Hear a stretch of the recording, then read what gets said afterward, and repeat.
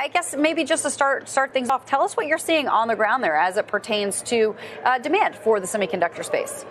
Yeah, I mean, since October, we're seeing about a 12 to 15% increase in terms of demand. And that's significant, clearly a good barometer going into NVIDIA next week.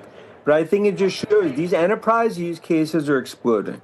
And that is really accelerating demand because no one wants to sort of lose their spot in line. And I think that's just more and more bullish for the AI revolution, the second, third, fourth derivatives. I mean, that's so far from our trip, very, very bullish and feeling really good going into NVIDIA next week. Is NVIDIA still a top pick for you? Everything you're seeing there just reinforcing what you like? I think it's a table pounder. I think it's going to be a $4 trillion and eventually $5 trillion market cap because there's only one red phone to call for these chips. It's the godfather of AI, Jensen, NVIDIA. And what I'd also tell you, and we talk about in the note, from a DeepSeek perspective, 45, 50 enterprises, not one has changed plans post DeepSeek. I think it just shows this CapEx doubling down. That's what we're seeing across, not just big tech, but across enterprise.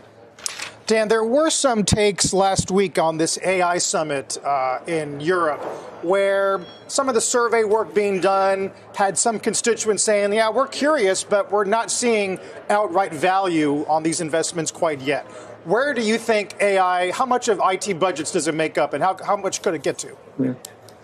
I mean, Carl, I think that's why you look at names like Palantir, right? The kind of sort of the golden child in terms of use cases, monetization, as it's already playing out. We believe everything we're seeing, it's about 10% IT budgets, and in some cases, 15%. Now, look, there are some enterprise and, of course, places around the world that are not going down the AI path, of course.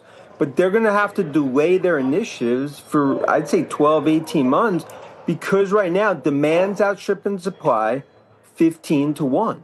And that's why I sit here and I think tech stocks are going to be up another 25% this year, despite tariffs, despite nervousness, worries about stretch valuation.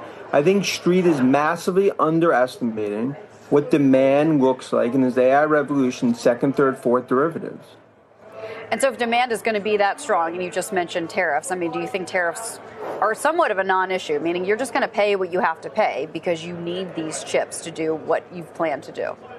Yeah, and Courtney, you're talking about with Eamon before. I mean, I think this is all a poker game, right? And I think, it's very easy to get nervous in terms of first shots across the bow.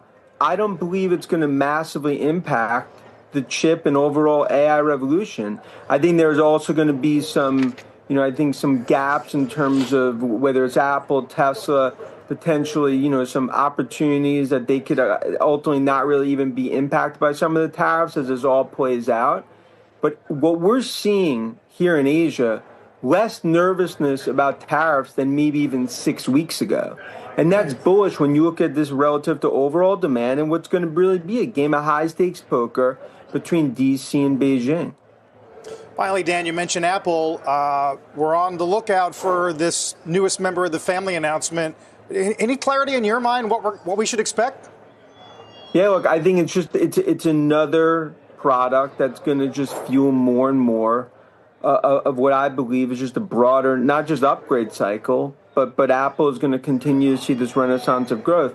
I think when you sort of look at the price point from an SE perspective, especially emerging markets, especially developing markets, I think India more and more is going to become a bigger market.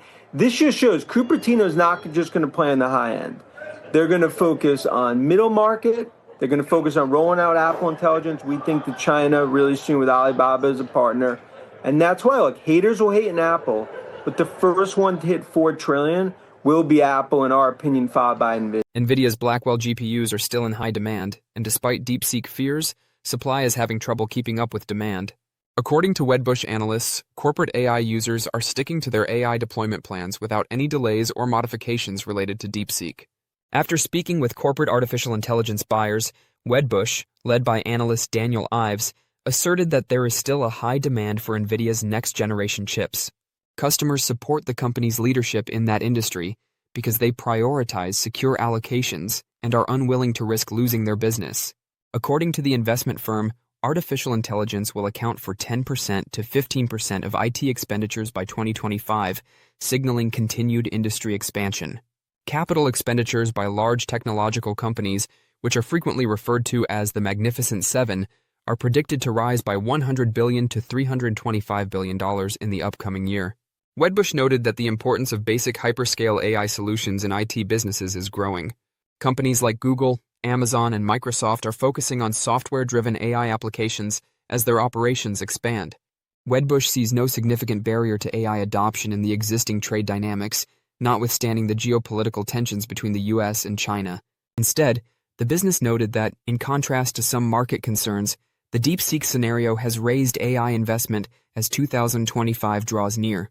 Nvidia continues to be a significant contributor to the ongoing adoption of AI, with demand for its GPUs expected to grow as businesses focus more on AI initiatives. So, what implications does this have for Nvidia's stock? Let's explore that. But first, a big thank you to those of you who've stuck with us this far. Creating these videos takes significant effort and dedication, so if you're enjoying the content, please hit the like button, subscribe to our channel, and share your thoughts on Nvidia stock in the comments. Your support truly helps us grow. Now, let's get back to the video. Data. All right, Rick, let's take a look at this chart that you're watching for NVIDIA. What kind of trends are you paying attention to? Yeah, it's certainly been an interesting time period for this stock and for the sector in general here. But if we were to look at our chart, we can see that, this is a stock that has been on the move here. We have been, making our way upward after bouncing off of this low point here, this light green line near about 113.37 that represents this old low point from right there. And we can see now as well that when we were to see that this most recent low point, it coincided with our purple 252-day EMA and this old support. Now we are pushing up through this volume node and breaking through this shorter term downward sloping trend line here. So an important one spot to watch would be this gap here near 141.88, Diane. Okay, near 140, 188. Given the movement that we've seen recently, what kind of options activity did you pay attention to, especially if you go back to last week or last Friday in particular? For sure. And this is one of the most actively traded stocks in the market by a large degree here. So when we look at the top open interest, I looked at the March 21st expiration. On the call side, 122, 124, and 150 were the top strikes. On the put side, 120. Once again, 122, so an important area, and 118 here. On the call side, most of the activity is between like 120 to 160 here. Notice as well that the top puts, these are larger numbers, but then the activity really drops off. Those are the two main strikes on that put side here. The biggest, or not the biggest rather, but one notable trade was a synthetic long from Friday, plus 4,500, January 16th, 2026, 130 call and 130 put. So they bought the calls and sold the puts. $450,000 of movement for every dollar of movement in the underlying position there, Diane. Before the chipmaker's earnings announcement next week, the Nvidia bulls are still defending their favorite stock in the world. Some analysts are remaining optimistic about Nvidia, despite DeepSeek's difficulty in considering AI prices. But there are some warning signs attached to that, especially about a first quarter estimate that would fall short of high market expectations. From the January quarter to the July quarter, the near-term dynamics remain unstable. Ananda Barua, an analyst at Loop Capital, wrote in a client note on Wednesday that our work suggests that the long-term October quarter and beyond looks simply spectacular. Barua reaffirmed his $175 price estimate for Nvidia, assuming a 25% increase from the current market. Added Barua, in the long run, we think that street numbers will stay low for the next 2 to 3 years because our work with customers and the Nvidia build ecosystem indicates that Nvidia GPUs will reach 10 million to 12 million as hyperscalers aim to raise their non-CPU compute percentage from about 10% to 50% plus in the upcoming years. Recall that Nvidia's pitch is accelerated computation plus general artificial intelligence. This means that it has two $1.0 trillion compute market potential in the upcoming years, both of which are still in their infancy stages. At $140 per share, Nvidia's stock was up less than 1% in pre-market trade. Though opinions on Nvidia's fundamentals have gotten more divided, the company's shares have recovered almost 23% from their lows in early February. Though opinions on Nvidia's fundamentals have gotten more divided, the company's shares have recovered almost 23% from their lows in early February. Three factors contribute to the more cautious tone, according to a recent report from Evercore analyst Mark Lipacis. 1. Blackwell chip delays. 2. DeepSeek moving AI computation cycles from Nvidia GPUs to ASICs, custom chips. And 3. DeepSeek reducing AI demand overall. To stay informed about the latest developments from Nvidia and the ever-changing stock market, consider subscribing to our investing tutorial channel. We provide daily updates on significant market shifts and key catalysts, so hit that subscribe button to ensure you never miss crucial information.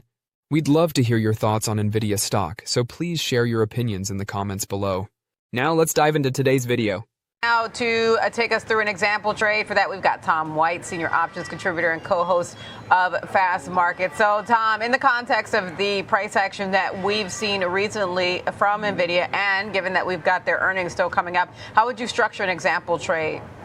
Well, I think that's key. The earnings on the 26th is going to be a big one. And we've seen some weakness post-earnings the last couple of quarters. So I want to look at a strategy that takes advantage of missing that earnings expectations, really short-term positioning, going out to the February 21st monthly cycle that expires in just 3 days. That way I avoid that earnings event. But this is one of those strategies you can do on a repetitive basis, on a week-to-week or month-to-month basis if you think the stock's going to remain above a specific price level. So I call this the don't be a hero type of strategy here, going into the end of this week, where I'm going to just sell a slightly out of the money put vertical to take that neutral to bullish stance.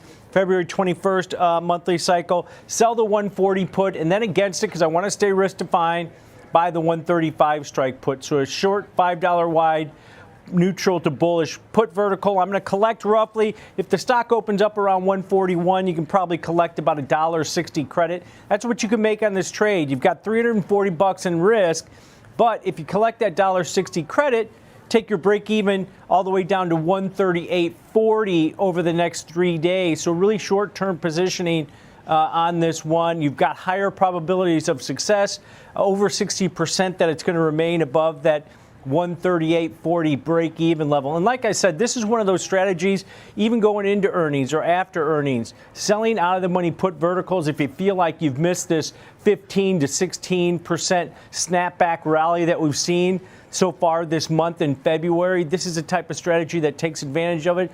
You've typically got high implied volatility levels in Nvidia due to all the moves that we see on a daily basis. And as Rick mentioned, really deep liquid options that you can trade here on this name just due to the high volatility and the name recognition on this one. But I think you look at strategies like this when you feel like maybe you've missed a rally or you feel like it's going to remain above a specific level over the duration of the position.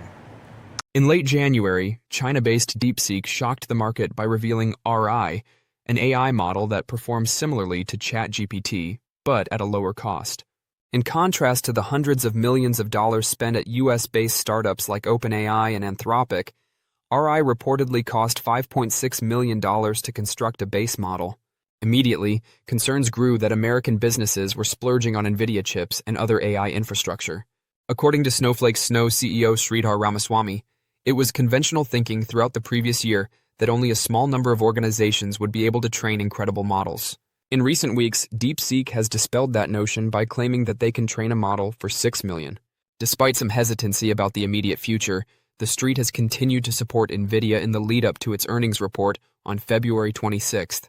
In a report released on Tuesday, BofA analyst Vivek Arya stated, "We anticipate a modest fourth-quarter beat, but the first-quarter outlook could face headwinds from Blackwell transition, Hopper declines, and China restrictions." As investors anticipate Nvidia's leading new product pipeline, GB300, Rubin, and the company's complete addressable market growth into robotics and quantum technologies at the next GTC conference, March 17th, the stock may be volatile following the results, but we anticipate upward momentum to resume. At 190, Arya's price target is among the most aggressive on Nvidia on the street. In light of this, research indicates that over the last 30 days, Nvidia's first-quarter earnings per share trend has dipped slightly. The street has also not pushed up its 2025 EPS estimates on Nvidia for more than 60 days. Don't forget to share your thoughts and experiences in the comments below, Your input helps create a more knowledgeable community where we can all learn and grow together in the world of investing. Stay up to date with the latest market trends, insights, and key updates by subscribing to Investing Tutorial. We're here to help you make smarter investment decisions and stay ahead of the curve.